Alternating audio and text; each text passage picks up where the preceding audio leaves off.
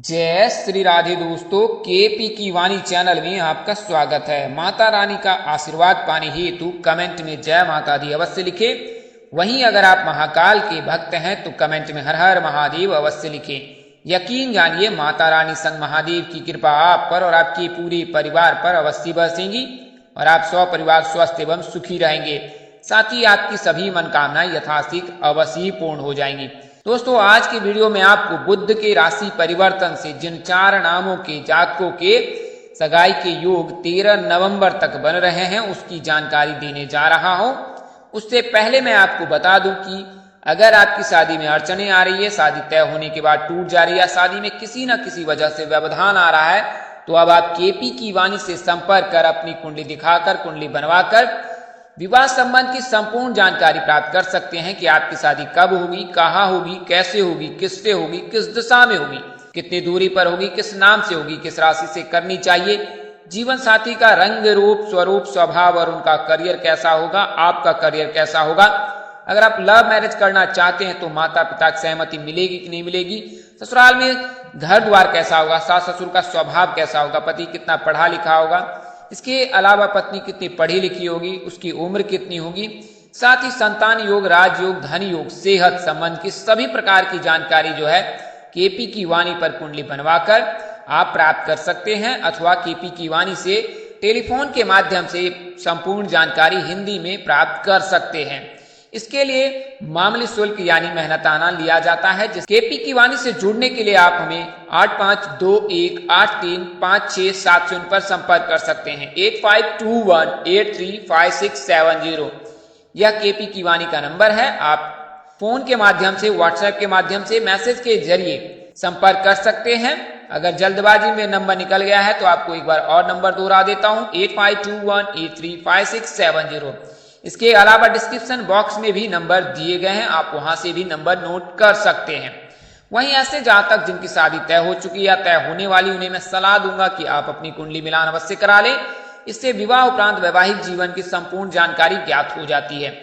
शास्त्रों में निहित है कि नारी दोष, भकुर दोष लगने पर शादी नहीं करनी चाहिए। इन परिस्थितियों में अगर आप विवाह करते हैं तो वैवाहिक जीवन में परेशानियां आती है, तो इसका आप अवश्य ख्याल रखें। आप अपने आसपास के पंडित व ज्योतिष से भी संपर्क कर सकते हैं, अन्यथा केपी की वाणी पर आपका स्वागत है। हम लोग कुंडली मिलान कर आपको संपूर्ण जानकारी देंगे विवाह संबंध की।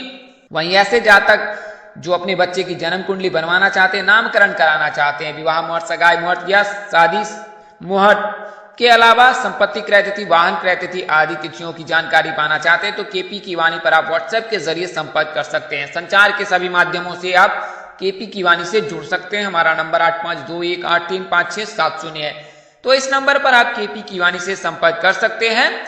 आपका स्वागत है। अगर जानकारी देने में अपने अनुज यानी मुझसे कोई गलती होती है तो कृपया मुझे क्षमा कर दीजिएगा। मेरी कोशिश आपको सत्य और सही जानकारी देने की रहती है। अगर आप कोई सलाह अथवा परामर्श देना चाहते हैं तो अवश्य दें और कमेंट बॉक्स में दें या फिर हमें व्हाट्सएप के जरिए भी आप अपना सलाह अथवा परामर्श दे सकते हैं। आइए अब वीडियो में आगे बढ़ते हैं। तो जैसा कि मैंने आपको बताया कि बुध का राशि परिवर्तन होने जा रहा है, शुक्र का राशि परिवर्तन हो चुका है, सूर्य का राशि परिवर्तन हो चुका है, मंगल का राशि परिवर्तन हो चुका है और इन ग्रहों के परिवर्तन के बारे में मैंने आपको विस्तार पूर्वक जानकारी पूर्व में दी है। एक बार और दोहरा देता हूं कि शुक्र और जो सूर्य है वो तुला राशि में विराजमान है। इसके अलावा मंगल जो है वर्तमान समय में मिथुन राशि में विराजमान है। वहीं गुरु जो है वो मीन राशि में विराजमान है, राहु मेष राशि में विराजमान है, केतु तुला राशि में विराजमान है। तो बुध का जो राशि परिवर्तन हो रहा है वो 26 अक्टूबर को दोपहर 1:47 पर हो रहा है और 13 नवंबर तक यानी कुल मिलाकर 18 दिनों तक बुध का राशि परिवर्तन हो रहा है और बुध जो है तुला राशि में गोचर कर रहे हैं। तो 3 तरह के जो है ग्रहों का राशि परिवर्तन हुआ है और तीनों तुला राशि में हुआ है, यानी कि 3 ग्रहों के जो संयोग है राशि परिवर्तन के, उससे जो है 4 नामों के जातकों के विवाह के योग बन रहे हैं। हालांकि अगर बुध किसी जातक की कुंडली में अस्त है तो उससे उनके जो है शुभ कार्य में विघ्न बाधा आ सकती है। तो आइए उसके बारे में विस्तार से जानते हैं कि 13 नवंबर तक तो जैसे मैंने आपको बताया कि 9:19 तक जो है तुला राशि में बुध का गोचर रहेगा। इसके पश्चात वो तुला राशि से निकलकर दूसरी राशि में प्रवेश कर जाएंगे। तो आइए इसके बारे में विस्तार पूर्वक जानते हैं। तो मिथुन व कन्या राशि के स्वामी बुध यानी कि बुध जो है वो कन्या और मिथुन राशि के जो है राशि स्वामी हैं। बुध की कृपा से ही जातक विद्वान बनता है, उसकी तर्क क्षमता मजबूत होती है, संचार कौशल में वह बेहतर होता है। बुध कन्या राशि में उच्च तो मीन राशि में नीच माने जाते हैं, यानी कि मीन राशि में ये नीच होते हैं। सूर्य शुक्र और राहु के साथ ये मित्रता रखते हैं तो चंद्रमा का ये अपना शत्रु मानते हैं। शनि मंगल गुरु और केतु के साथ इनका संबंध तटस्थ का है, ना इनसे वैर है ना इनसे दोस्ती है। पौराणिक ग्रंथों के अनुसार माने तो बुध चंद्रमा व बृहस्पति की पत्नी तारा की संतान है। ये बुद्धि, वाणी, शिक्षा, शिक्षण, गणित, तर्क, यांत्रिकी, ज्योतिष, लेखाकार, आयुर्वेद, लेखन, प्रकाशन, रंगमंच एवं निजी व्यवसाय आदि के कारक माने जाते हैं। मातृपक्ष के सगे संबंधियों का प्रतिनिधित्व बुध करते हैं। तो हमेशा ज्योतिष ऐसा कहते हैं कि अगर बुध कमजोर है तो मौसी, दादी, मामी, फुआ आदि जो है मातृपक्ष के सगे संबंधियों के साथ जो है संबंध मधुर रखने चाहिए। साथ ही बुध मस्तिष्क, जीवा, स्नायु तंत्र, कंठ ग्रंथि, त्वचा, गर्दन आदि के भी प्रतिनिधि माने जाते हैं। बुध के नकारात्मक प्रभावों से स्मरण शक्ति का क्षय, सिर में दर्द होता है, त्वचा आदि के रोग उत्पन्न होने लगते हैं। ये उत्तर दिशा व 27 नक्षत्रों में से अश्लेषा, श्रेष्ठा और रेवती इन तीनों नक्षत्रों के स्वामी माने जाते हैं। बुध का राशि परिवर्तन करना जातक की कुंडली में भाव स्थान के अनुसार शुभाशुभ प्रभाव देता है। तो बुध का जो है गोचर तुला राशि में हो रहा है तो तुला राशि के जातकों के लिए शुभ योग बनेगा। आइए इसके बारे में विस्तार से जानते हैं। तो पहले मैं आपको बता देता हूं कि बुध अस्त कब होता है, इसके बाद बताऊंगा बुध कमजोर होने पर क्या लक्षण दिखते हैं, और फिर मैं आपको उसके उपाय बता दूंगा, और फिर अंत में आपको उस राशि के बारे में बताऊंगा, उन नामों के बारे में बताऊंगा। तो जब कोई ग्रह सूर्य के अति नजदीक आ जाता है तो उसे अस्त माना जाता है। सूर्य के समीप रहने से जो दूसरे ग्रह की शक्ति वो छीन हो जाती है। गणना के अनुसार बुध जब 14 डिग्री या उससे कम डिग्री पर सूर्य के साथ हो तो उसे अस्त माना जाता है। बुध को मिथुन व कन्या राशि का स्वामी माना गया है। बुध कमजोर होने के क्या क्या लक्षण है, तो बुध जब आपकी कुंडली में कमजोर या दुर्बल होता है तो यह जीवन में किसी न किसी तरह से संकेत देने लगता है जिन्हें आप पहचान सकते हैं ज्योतिषी की मदद से। तो अगर आप लगातार कर्ज के बोझ में दबते जा रहे हैं तो यह कमजोर बुध का लक्षण है। आपके पद, यश और प्रतिष्ठा में लगातार कमी हो रही है तो भी यह बुध के लक्षण है। आपके मुख से तेज गायब हो रहा है तो भी यह बुध के लक्षण है। त्वचा संबंधी रोग होना भी बुध के लक्षण है। कमजोर बुध के कारण आपकी पढ़ाई लिखाई पर बुरा असर पड़ता है। कुछ भी याद करने के बाद आप तुरंत ही भूल जाते हैं। कभी कभी आदमी अहंकारी भी हो जाता है तो ऐसा बुध के अस्त होने से या बुध के कमजोर होने से होता है।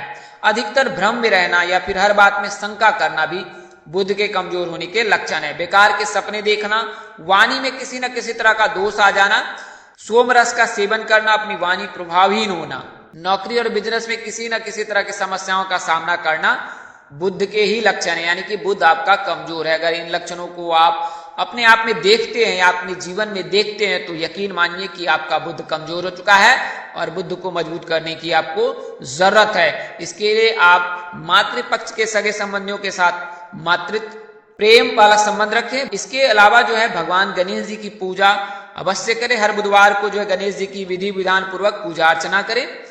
रोजाना बुध ग्रह मंत्र जो है ओम ब्राम ब्रीम ब्रॉम सह बुद्धाय नमः, इस मंत्र का जाप करें। बुध ग्रह को मजबूत करने के लिए पन्ना रत्न धारण कर सकते हैं। अगर पन्ना रत्न धारण नहीं कर सकते हैं तो उसका उपरत्न मरगज या जबरजंद पहन सकते हैं। बुधवार के दिन हरी मूंग की दाल या कोई अन्य हरी साग सब्जी दान करें, इससे भी लाभ मिलता है। बुधवार के दिन गाय को हरा चारा खिलाना भी जो है फायदेमंद होता है। हर बुधवार को छोटी कन्याओं को हरे रंग के कपड़े, भोजन और इसी रंग की चूड़ियां दान कर सकते हैं, इससे भी बुध मजबूत होता है। रोजाना बुध स्तोत्रम का पाठ करें, इससे लाभ होता है। बुधवार को भगवान गणेश को 11 मोदक भोग लगाएं, बाद में से प्रसाद के रूप में बच्चे को बांट दे, तो इससे जो है बुध मजबूत हो जाता है, यानी कि बुध मजबूत होने लगता है। आइए अब मैं आपको उस राशि के बारे में बताता हूं। जन्म राशि तुला है। तुला का जो है 3 ग्रहों का जो गोचर है तुला में हो रखा है। पहला जो है सूर्य, उसके अलावा शुक्र, और अब आने वाले समय में यानी 26 अक्टूबर को जो है वो बुध भी तुला राशि में प्रवेश कर जाएंगे। तो 3 ग्रहों का गोचर तुला राशि में हो रहा है। तुला राशि के जो जातक है उनका नाम अक्षर आर से शुरू होता है। उनके राशि स्वामी शुक्र है, यानी कि शुक्र स्वतः ही मजबूत हो जाता है जब राशि स्वामी शुक्र होते हैं। और वर्तमान समय में शुक्र का गोचर भी तुला राशि में हो रखा है। इनके आराध्य देवी जो है माँ दुर्गा है। भाग्यशाली रंग इनका सफेद है। भाग्यशाली अंक 2 और 7 है। राशि धातु लोहा एवं चांदी है। राशि शुभ रत्न हीरा है। राशि स्वभाव चर है। राशि अनुकूल वार बुधवार, शुक्रवार तथा शनिवार है। राशि अनुकूल रत्न जो है हीरा पन्ना था नीलम है। अनुकूल दिशा आपके लिए दक्षिण है। राशि तत्व वायु है, जबकि राशि प्रकृति सम है।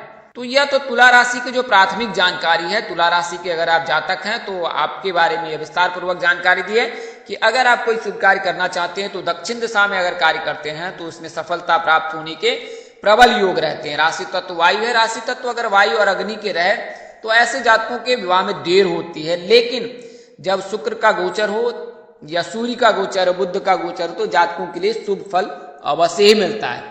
किस दिशा में होने के योग है, तो आग्नेय कोण यानी दक्षिण पूर्व दिशा में होने की संभावना बन रही है।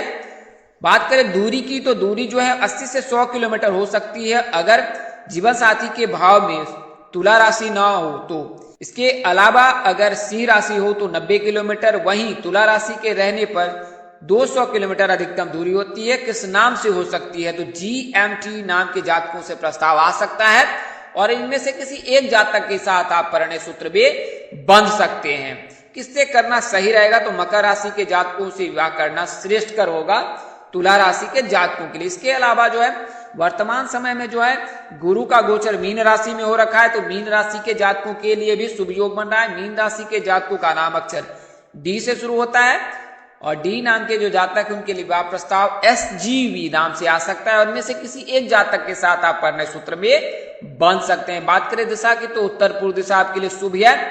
वहीं बात करें किससे करना सही रहेगा, तो मेष राशि के साथ विवाह करना आपके लिए श्रेष्ठकर होता है।